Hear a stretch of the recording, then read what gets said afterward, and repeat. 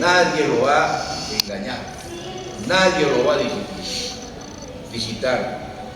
Ese pueblo va a ser dueño de su destino, y eso es lo que queremos, y eso es lo que no se pudo hacer desde la década de los 80, cuando la izquierda unida llegó a ser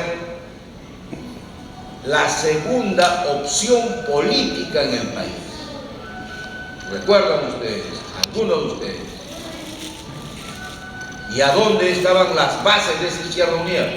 Estaban en los distritos populosos, Villa Salvador, Coma, San Juan del Lurigancho, etcétera, etcétera.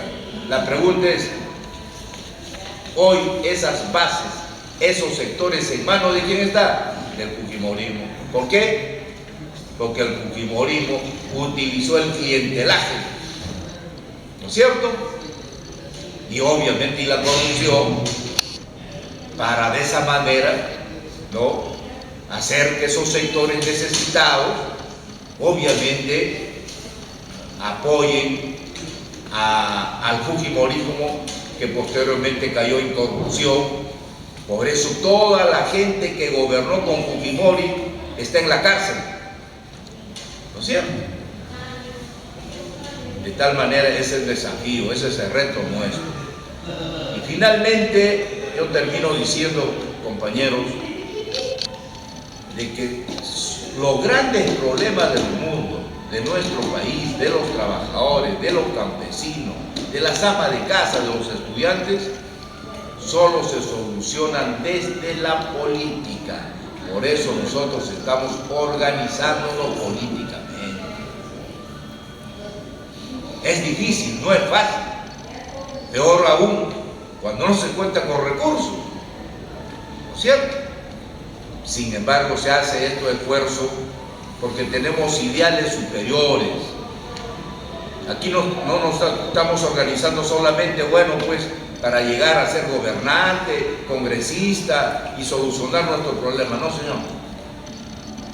Aquí nos estamos organizando, obviamente, para poder dirigir, tener la suerte de dirigir los destinos de nuestro país,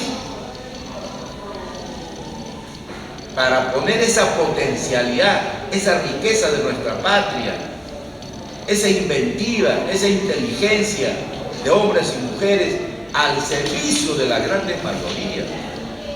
No como ahora, que este crecimiento económico que solamente sirve pues a un puñado de personas que son los grandes capitalistas, mientras los trabajadores miren cómo están. Mientras miren cómo está nuestro pueblo, excluido, nuestros niños desnutridos. Entonces el crecimiento económico, siendo importante, ¿de qué nos sirve? De nada. Ese crecimiento económico debería redistribuirse entre todo el pueblo, para de esa manera por lo menos elevar la capacidad económica de nuestra población, cosa que no ocurre. El gobierno empezó incrementando el salario mínimo. Estamos a un mes de cumplirse 2 años y ese salario mínimo de 750 soles se ha congelado. Y Ollanta cree de que con eso ya cumplió con los trabajadores. No, pues no es así.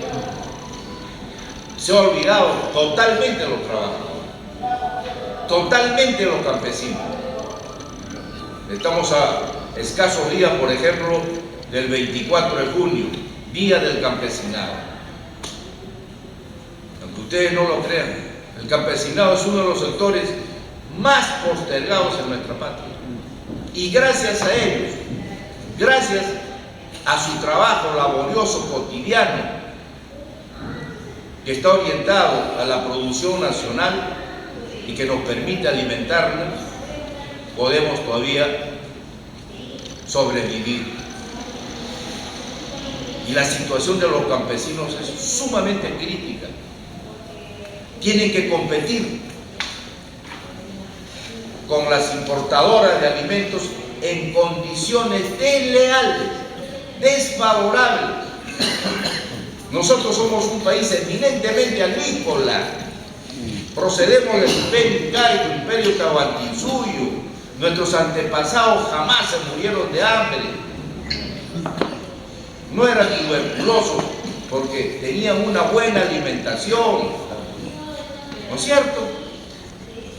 Hoy tenemos que importar alimentos. Miren ustedes. De tal manera, ¿por qué? Porque no hay una política, digamos, al servicio de los campesinos. No hay una política agraria. No hay una política al servicio del agro, de la agricultura. No hay una política, por ejemplo, alimentaria, de seguridad alimentaria, de soberanía alimentaria. Entonces esta situación es grave, no es poca cosa. Si nosotros tuviésemos como país políticas, obviamente, que le presten mayor atención a la agricultura, la tecnifique, la industrialice, a los agricultores se les capacite permanentemente, se les brinde apoyo a través, por ejemplo, del Banco Agrario, yo tengo la certeza que seríamos un país autosuficiente en nuestros alimentos. No necesitaríamos de las importaciones de alimentos. Incluso nuestros excedentes de alimentos los podríamos exportar. ¿Cierto? Entonces, ¿por qué no ocurre eso? ¿Por qué casi la tercera parte de nuestros hermanos que viven en el campo, en el medio rural, están abandonados? Porque sencillamente al gobierno no les ha interesado para nada la agricultura. Todo es la minería, la minería, la minería. 20 años de Yanacocha en Cajamarca. ¿Cómo está Cajamarca? Siendo el primer productor de leche, de lácteos. ¿Acaso no es un pueblo desnutrido, pobre? Huancavelica. Hace más de 200 años se explotan las minas, Cerro de Pasco, etcétera, etcétera. ¿Qué cosas nos ha dejado la minería? Solamente pobreza, tristeza, olvido. De tal manera, tenemos que cambiar también el modelo económico de desarrollo. Dejar de ser un país exportador de materias primas. Tenemos que ser un país que obviamente nos encarrilemos por la industrialización de nuestra patria.